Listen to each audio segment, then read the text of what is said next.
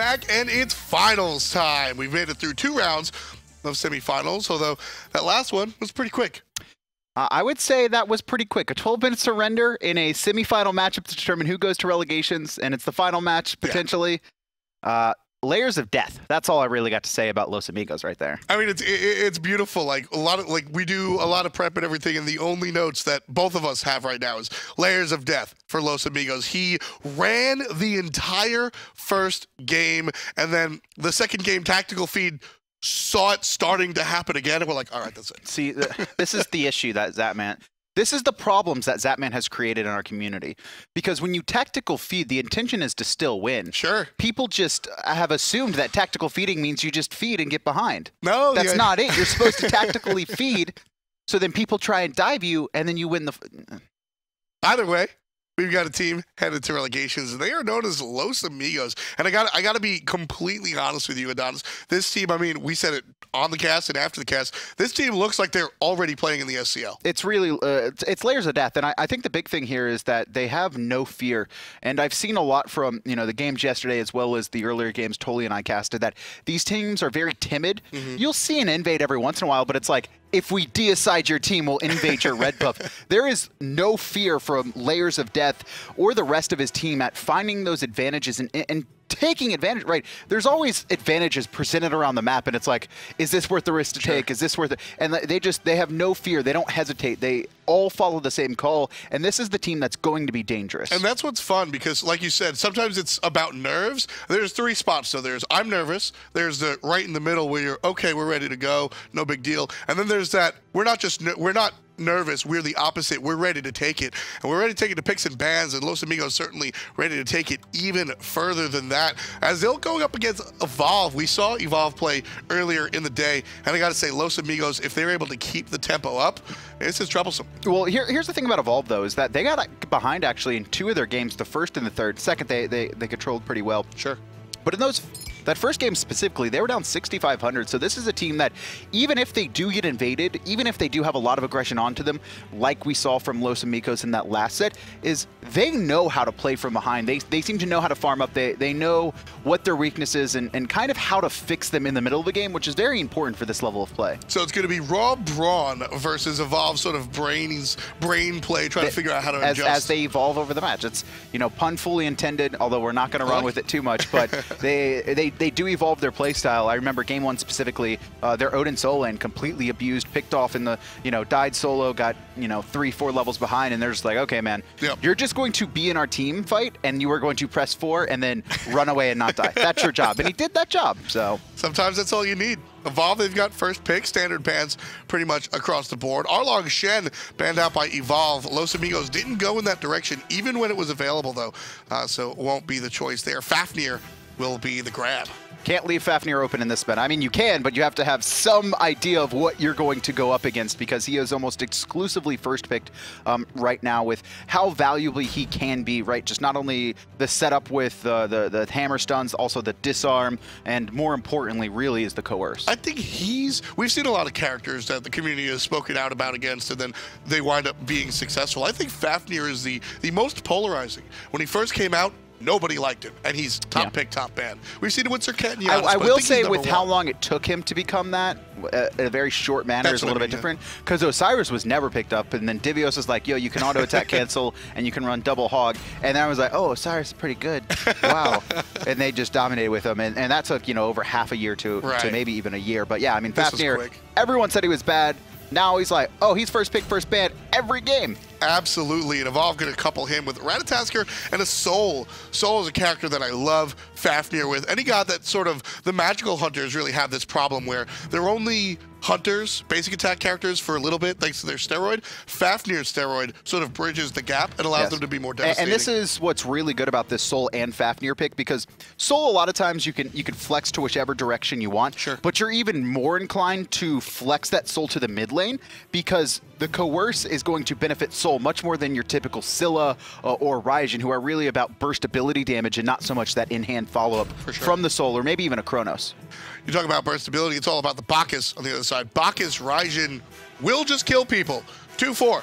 And that's pretty much it. So Los Amigos have a very burst-heavy composition in just those two characters, whereas Evolve, looking for something different. We haven't even touched on the Ratatoskr yet. I mean, the Ratatoskr, this is just something that I think Evolve is pretty comfortable with, and that they've run it before. They like the global presence of it, although they didn't really utilize the global presence. It was really about Awesome Sauce and him just going in, finding the stuns and setups, and that this is a character he seems very comfortable with, and he's fearless on, which is what we talked about looking at the entirety of Los Amigos team. You can't have those nerds coming into this match. You've got to be aggressive. You've got to play into it. You got to keep the tempo up, essentially. So the second round of bans are out. Bellona and Kronos. I respect those bans. I like the Kronos ban, because what I was talking about earlier, where the Soul is going to benefit from the flex into mid, you could even have that same thing where if she's Hunter, you can put that Kronos in the mid instead.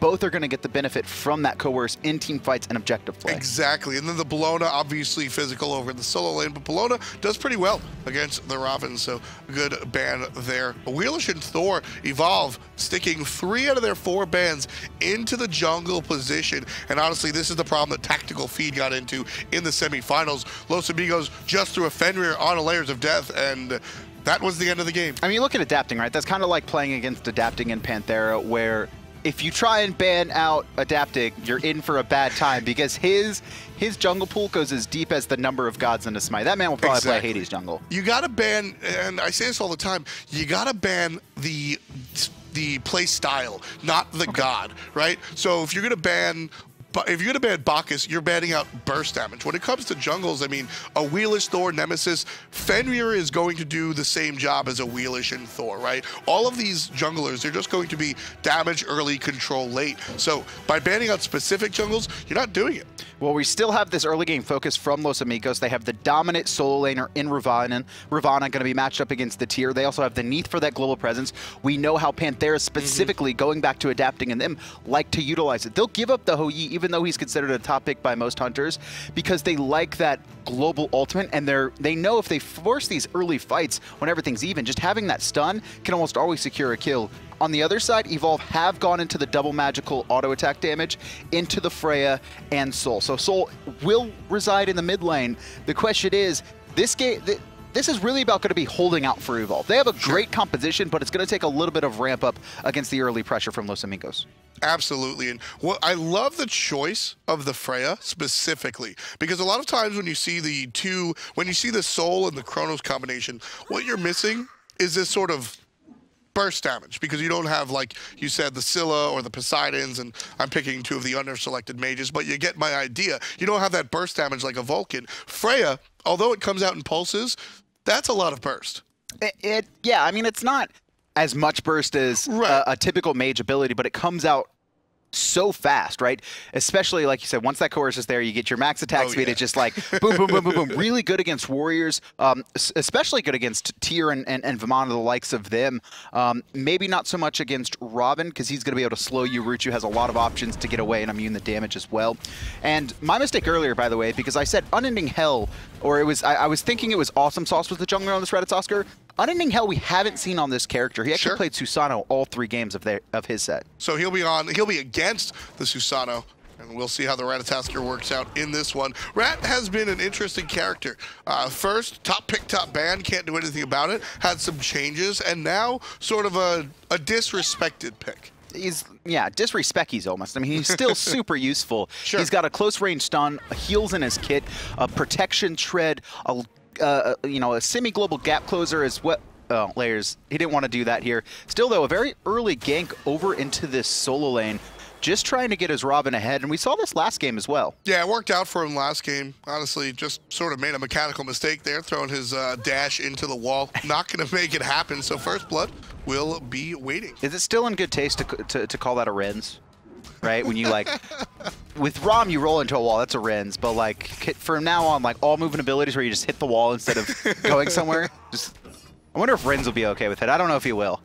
I'll talk to him and ask him. I'll go back to posting that picture of him doing the dance. It's such a good picture. It's the best. And right now, Los Amigos forcing Evolve to dance underneath the tower. And this is absolutely 100% expected. In no world is Freya going to outclear Neith. I mean, you do have the help of the Fafnir, who's going to be able to pop that coerce, and you know, essentially increase your clear, but against a Neith, there's no way. And the Bacchus as well, who's going to be looking to go aggressive. Kenshin wants to find the knockup onto Murktality, try and get as much poke, and there's a quick double root and forced purification. Yeah, a lot of poke coming the way of Evolve right there. And, you know, even back when Hunters didn't have any clear, Neith was the god with clear. That's always sort of been her gimmick. Freya, on the other hand, never, ever had any clear. Even with the help, like you said, with Fafnir and the additional second on the pulse, still not going to be her forte necessarily. And that's fine for Freya. She really is just looking to farm out. She's not so much a level-based god, more an item-based god. She really needs her boots and then 2 other additional items. Trouble for Murktality, though. He is going to be rooted once again. No purification. Good job on Watts for finding the body blocks on some of those extra basics, but I mean, this is not exactly where you want to be as a Freya. This is exactly where you want to be as a Soul, rotating over to the left-hand side. Backflip forced out, and Evolve probably could have been a little bit more aggressive there, Kevin, but they choose to play it safe. That was a little bit surprising. I would have liked to see the full-on aggression, because now the Soul is going to be missing significant farm, as well as the 3-way split in that duo lane will also slow down Fafnir and Freya hitting level 5. Just a little bit, but every little bit's going to count. We saw early on the kill for the Hunter, and again, rotations across the board, both right and left side. I'm looking at the left side. This was so perfectly played by the Susano. He snuck underneath not only the Soul, but also all the wards had faded off. And right now, it just looks like this is zoning going on from Los Amigos, but they're really setting up the kill. Yeah, no clue. No ultimate available for Freya either, so down she goes for first blood. Los Amigos starting this party up as well. Also, Neith ult not even needed to secure that kill, which means if Susano wants to go aggressive again, either into the mid and jungle invade or the right-hand side, they're going to have that global presence, and Evolve need to keep that in the back of their minds at all times. A lot of times you'll see that dual lane gank around 5 minutes right before the second round of buffs really spawn, but it's very important that Susano shades over to the left-hand side before Freya hits level 5, because she literally doesn't have a button to press. A little bit slow, though, here is Los Amigos. They could have looked to invade that red, but they decided way too late to do it. Trouble for Soul. She is going to disapparate, though, and be fine, but the boars are going to be picked up by the Susano, helping out his Neith.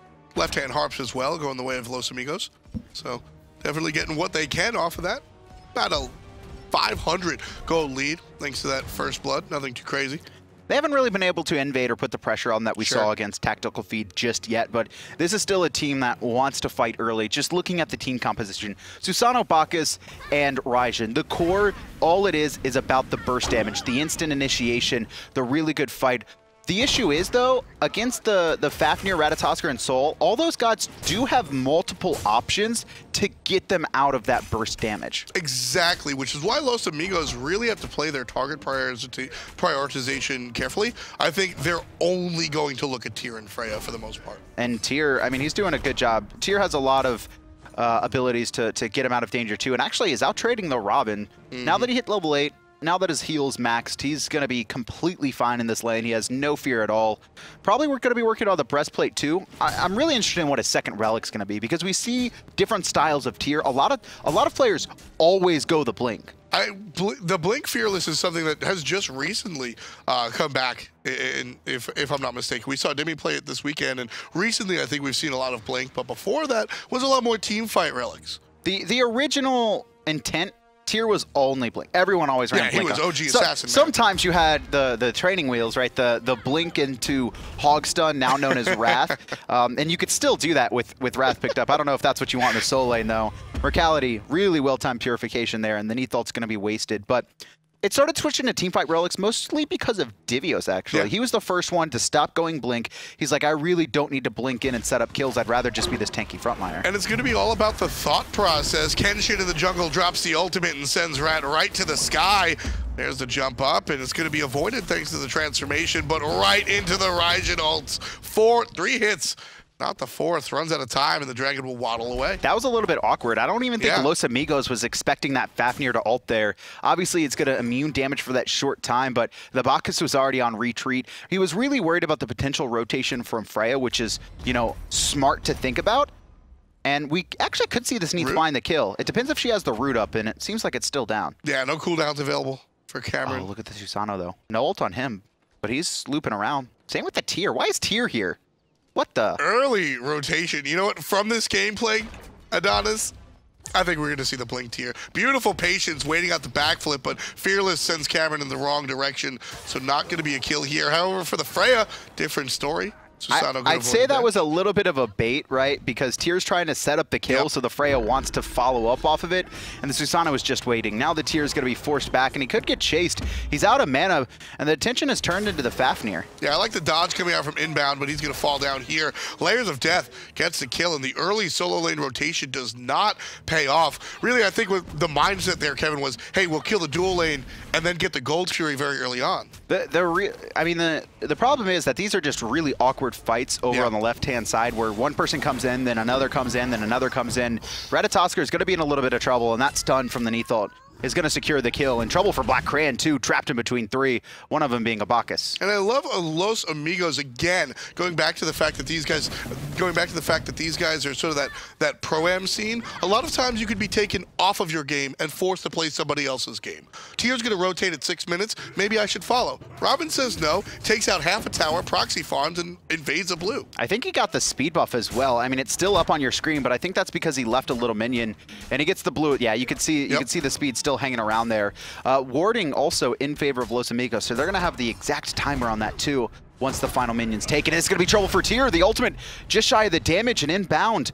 No ultimate of his own, but it doesn't seem like Little wants to chase into this. Nah, he wants to play careful, and you know, again, Los Amigos solo laner just playing his game. Not going to be taken off of it because of some crazy jank that Tyr's doing. Going to stay in lane. Excellently well done. Well, smart presence by Susano too. Looked like he wanted to set up the kill onto Soul, but when the knockup missed, he just kind of exited immediately. The Ratatoskr was closing in on him. Likely a decent call from the Ravana as well, seeing that rotation done. But Los Amigos off to a pretty good start. Only 3 kills on the board, but it's already a 2,500 gold lead at 8 minutes. A lot of this centered around just the over-rotations from Evolve. Not only missing out in farm, but not even getting anything when they finally make the rotation. Still 0 kills to their name. Yeah, the solo lane is really what I'm looking at, Kevin. It's a flat 1,000 gold lead. Oh, gank on the left-hand side here. Neith could be in trouble. It should be a knockup by Ratatoskr, but good purification. Backflip still available, but there's the lift from Freya and just surrounded. There's no way out. See you later. But here comes the big rotation. All of Los Amigos is grouping up outside of the Raven. Both solo lane teleports are down. Susano could look to go aggressive here, but his ultimate, it's still down, trying to pick off that Soul in the mid. Yeah, Soul is here, by the way. Los Amigos don't know that Soul has made the rotation. The aggression coming out from the Bacchus, belly flop into the Toxicate. But as soon as Soul shows up, a little bit too late. There's the stun from the Ratatoskr, and Bacchus likely to fall here. Dr. BlackCrayon will get it. The BlackCrayon. You know, last time I didn't give Lil Caves the doctor. I said Mr. Caves, and I didn't give him his doctorate. Now I'm giving BlackCrayon a doctorate. You're stealing the doctorate away from the doctor, man. You can't just do that. I'm sorry, BlackCrayon. You got to go back and write a new thesis if you want that. We do have Evolve. Starting to answer back, though, with those 2 kills. Good rotation from them, and also a good job on picking up that Bacchus, who overextended himself just a little bit, trying to force the fight. Still, though, the gold lead is in favor of Los Amigos. They've done a good job of managing the jungle. It's been slighted just smallly. I think it was 2,500 before, now it's only about 1,500, but still playing really well. And like you said, it's the solo lane has a big old lead, thanks to what we saw earlier. And also that duo lane, 500 gold, and this is a chase. Didn't expect him to go this deep, but we'll think about it twice as the Robin player. Tyr had no mana to ult, I think, just short, but he does have enough for that heal. Just barely managing to stay in the lane, but I mean, Inbound's just been getting completely dominated. Over here on the left side, though, with the gold differential going the way of Neith, that's totally fine. As long as Freya can stay within half a level to a level of this Neith, that's really what Evolve is looking for. They're not looking for their jungler to get smoked out in his own speed buff. And here comes Inbound, but he's in the middle of 3. Watts has made the rotation on the Fafnir, but Los Amigos have no intention of focusing on him. He jumps forward. He is going to pop his ultimate just to get that dot damage off, and Soul is going to successfully push Los Amigos out of the jungle, maybe, as they're still hanging around, and a Thunder Crash and an ultimate forward. And quickly, Susano finds the ult as well. Watts has already fallen, and BlackCrayon in the middle of 4. I'd say Los Amigos was here for too long, but they're getting everything they want. 4 players on the right-hand side. Evolve don't have nearly the pressure that they want to take the Gold Fury on the left, so there's no punishment. just look at that damage coming out of the Ravana specifically, finding BlackCrayon. Just the base levels, has the breastplate available as well. The boots 3, there's nothing these mages can do at this point. And Susano goes in again, followed up by the Ravana. Not enough damage to kill off the soul, Ooh. But it is going to be over aggression by the Raijin. Caught with the Fearless. If that's any other move, Adonis, the tier dies. But because Fearless holds you in crowd control for so long, he's able to get the kill onto the mage, thanks to a heal, able to find a little bit of Ravana as well. This is so unfortunate for Evolve. They're coming so close to picking up all these kills from Los Amigos overextending, but it's not lining up for them. Their abilities are always on cooldown, and Los Amigos also is just fighting as a team for the most part. And that's what we saw earlier in the day as well.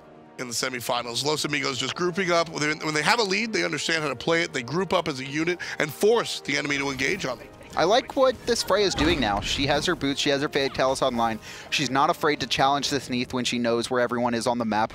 And also got an entire wave into that tower because the Neith was so focused on the red buff.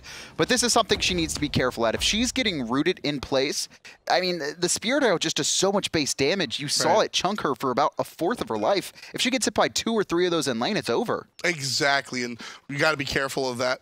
We'll have the lifesteal to deal with some of that nonsense, but a large grouping up from Los Amigos. What are you giggling at?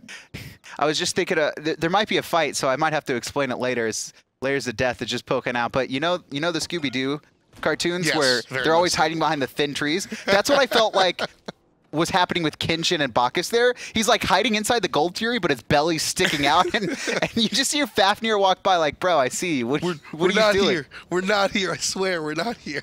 Like people don't think about that sometimes, because you could set up around the corner for those surprise ganks, but because of Smite's third-person camera, you can kind of angle yourself as you walk around a corner and kind of catch the edge of people. And so many times you just have like these Kepris and boxes, like their bellies or like their legs are sticking out.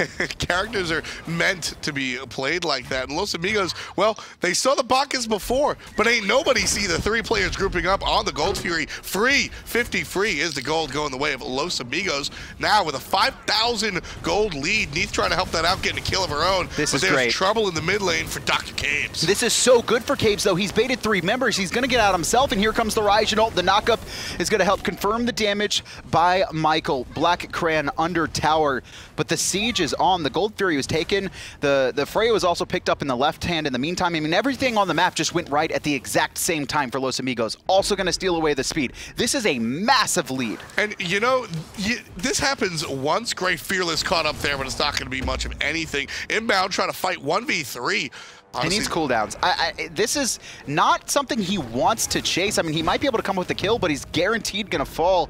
And there's his ult quickly juked out thanks to the sprint. And BlackCrayon just trying to assist in his escape. Now, you said a very important sentence there. Everything across the map going right for Los Amigos. You know, sometimes that just sort of happens, but we saw that last set at least 2 other times. Los Amigos are setting up their gameplay and then hitting an execute button like they do on BlackCrayon. Absolutely perfect too. The unravel from the Neith hitting just as to separate ending.